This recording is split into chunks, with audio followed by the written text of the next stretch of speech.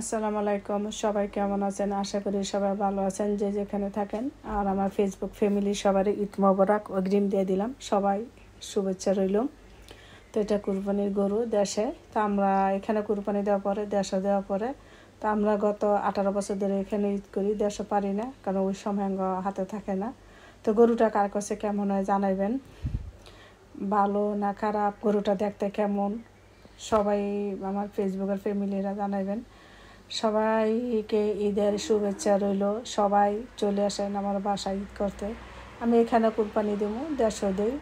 আর এমনি সবসময় তো মাংস করে থাকে, তা আমরা এতটুকু আফসোস হয় না আমাদের কুরবানি। আর ঈদের দিনও যার যারা কাজে ব্যস্ত থাকে, এই দেশে কখনো ঈদের মধ্যে ছুটি পড়া দেয় না, শুধু নামাজের জন্য দেয়। আর না মানে এই বছর বাচ্চাকে স্কুল ছুটি পড়লো ঈদের উপলক্ষে 3 মাসের। তো যাইতে পারবো না দেশও। তো সবাই ভালো থাকবেন, আশা করি সবার কাছে শুভকামনা রইল। আল্লাহ হাফেজ, আসসালামু আলাইকুম।